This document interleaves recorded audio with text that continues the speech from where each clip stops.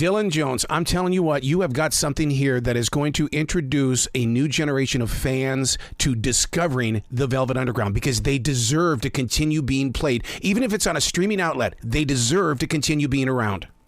Cool. Well, that's high praise indeed. And it's, if I can get a new generation involved in convening with the Velvet Underground, that would be a very, very good thing.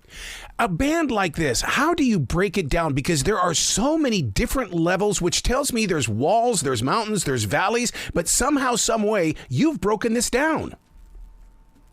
Well, the important thing is, I think, is, as you say, to try and tell the whole story. I think it's very easy when you try and talk about the Velvet Underground just to focus on Lou Reed. And I think that even though Lou Reed is probably the most famous member of the group, he's not necessarily the most interesting. And also all of the other members have their own light and shade and their own hinterland and their own narrative. How did the other members handle that Lou was getting a lot of attention? Because it reminds me so much of what happened with the Cars. And you know, you had Rick Ocasek who got all the attention and love from fans. Well, I think it comes with the territory. I think that Lou was the more ambitious member. I think he was principally the most important songwriter. And of course, he was the singer. And if you're the singer, then obviously people gravitate towards you. But the sound of the Velvet Underground, the sensibility, the feel, the concept, that was the result of it. That was the sum of its parts rather than just one single person. Speaking of the feel and the concept, I mean, sure, we've had our Rolling Stone magazines and our Cream magazines, but man, the way that you bring in family, friends, and even filmmakers into this storyline, because it takes us into, it's almost like having something that's better than a backstage pass. Well, I think that when you do books like this, and I tend to write oral biographies, and this is my fourth, and it's really important to speak to the people who don't normally get spoken to. I think on the one hand, you have to speak to the people who you would be criticized for not including, for the people you would expect to see. And it's important to include those. And they're often some of the more famous people. But equally, I think it's as important to feature some of those people who don't usually get quite so much airtime. And that might be other professional people like photographers and stylists and hairdressers and journalists. And it might be lovers and wives and husbands and children and cousins and relations, et cetera, because I think you do find that most journalists look at someone's career and they look at precisely that. They look at the career, they look at the work. Mm-hmm. But a lot of people involved in creative endeavors, they might spend 10% of their time working, and the other 90% they'll spend with their family or traveling or going on holiday or playing basketball or reading, et cetera, et cetera, et cetera. And they interact with a lot of other people in those endeavors. So for me, it's very important to explore those avenues too.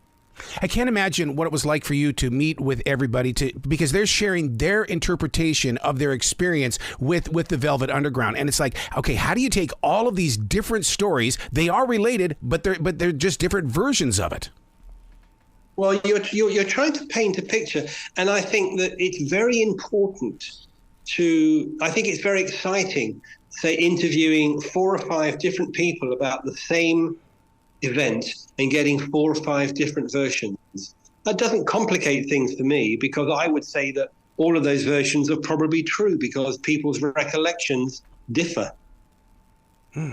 One of the things that I learned from Johnny Rotten from the Sex Pistols, because they were one of the greatest punk bands of all time. I said, Art, how do you best describe punk? And he goes, Arrow, it is the blues. And I'm going, oh my God. And that opened up my eyes even with the Velvet Underground, because, I mean, even though it wore the label of being punk, what was it? Was it the blues? What was it?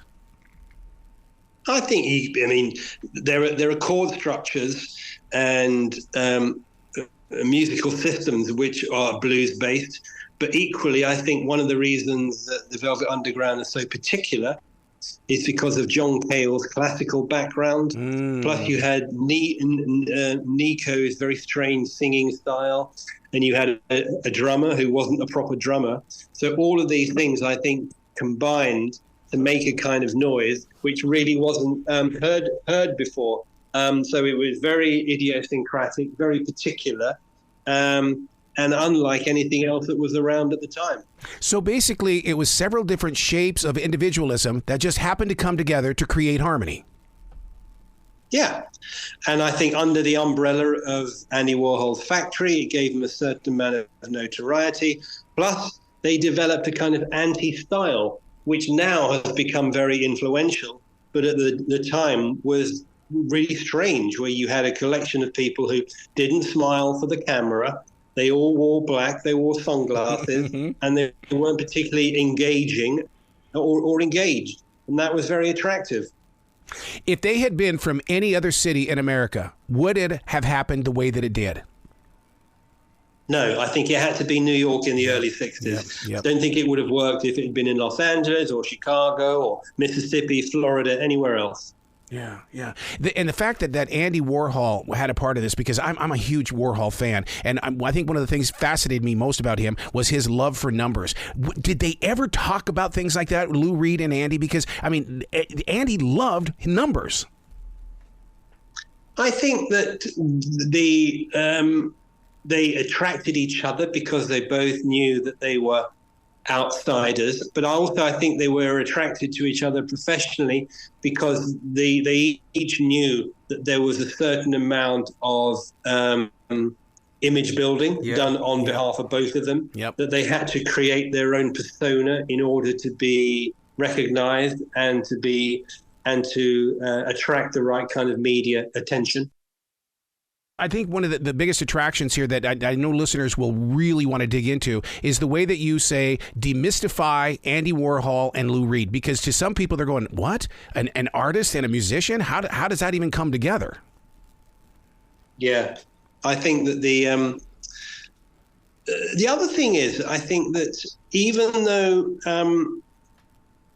Lou Reed wasn't a very commercially minded person, I think he liked success, and I think he enjoyed the way that Warhol used the edge, the professional edge, the margins of art and the margins of society to create something that was financially viable. And I think he found that very attractive too. Don't you think the lyrics of the songs were also extremely attractive? Because it seems like that Lou Reed and the band, they weren't fearful of anything during that time period.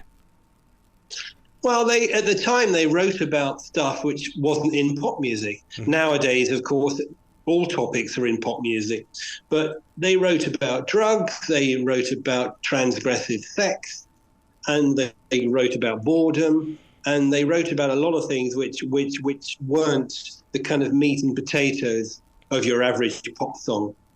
Yeah, because one of the things that I've done in picking up your book is the fact that I've gone back to look at the lyrics without listening to the song, because sometimes I think we miss a lot when we add all in the instruments, and I just need to feel the words that are on that page. Yeah. Well, I think you can always tell a great artist by the fact that their work stands up out of context. And I think you're right. If you can read those lyrics and those words almost as poetry, separately from listening to them as music or as recorded pieces of music, that again gives them another power. Well, it's almost like it's a journal as well, because, I mean, they go into deeper, darker subjects, and sometimes it's like, okay, so they didn't want to keep a journal, but here is this moment that I'm feeling. Yeah.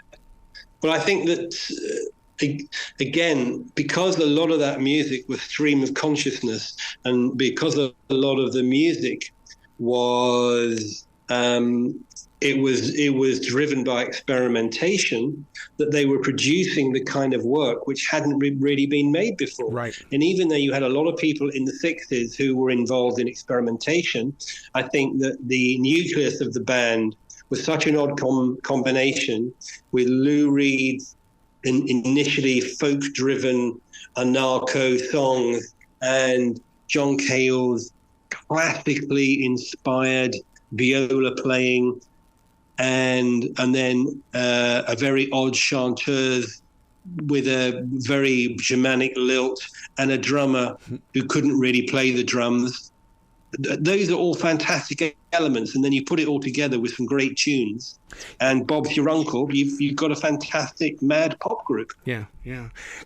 When you bring up those names, I mean, they're like John Cale and even Lou Reed. I mean, we're all. I can just see the eyes of a listener going, "Oh my God, you mean there was a life?" It's almost like the before life, the life, and the afterlife of the Velvet Underground. You really give people that picture. Well, I'm glad you say that, because that was the intention, because I think it's easy to read a kind of Wikipedia version of anyone's life now. Yeah. And to make it interesting, you have to dig below the surface. How did you find your voice in this then? Because, I mean, how do you make it your own and keep it true to, sharing that story? Because you're right. If I need to find something, I go to Wikipedia and I'm going, okay. But on your pages, you stick to it. Well, there are certain times in the story where I put myself into it, but only if I think I've got something relevant to say. And I think that it's always interesting for a biographer to write about the time when they first became interested in a particular artist, and whether or not it was David Bowie or the Velvet Underground or Jim Morrison or whoever. I think that time when you first become interested in someone is often the same time, the same age that lots of other people do. So I think that's a valid piece of personal exploration. Yeah.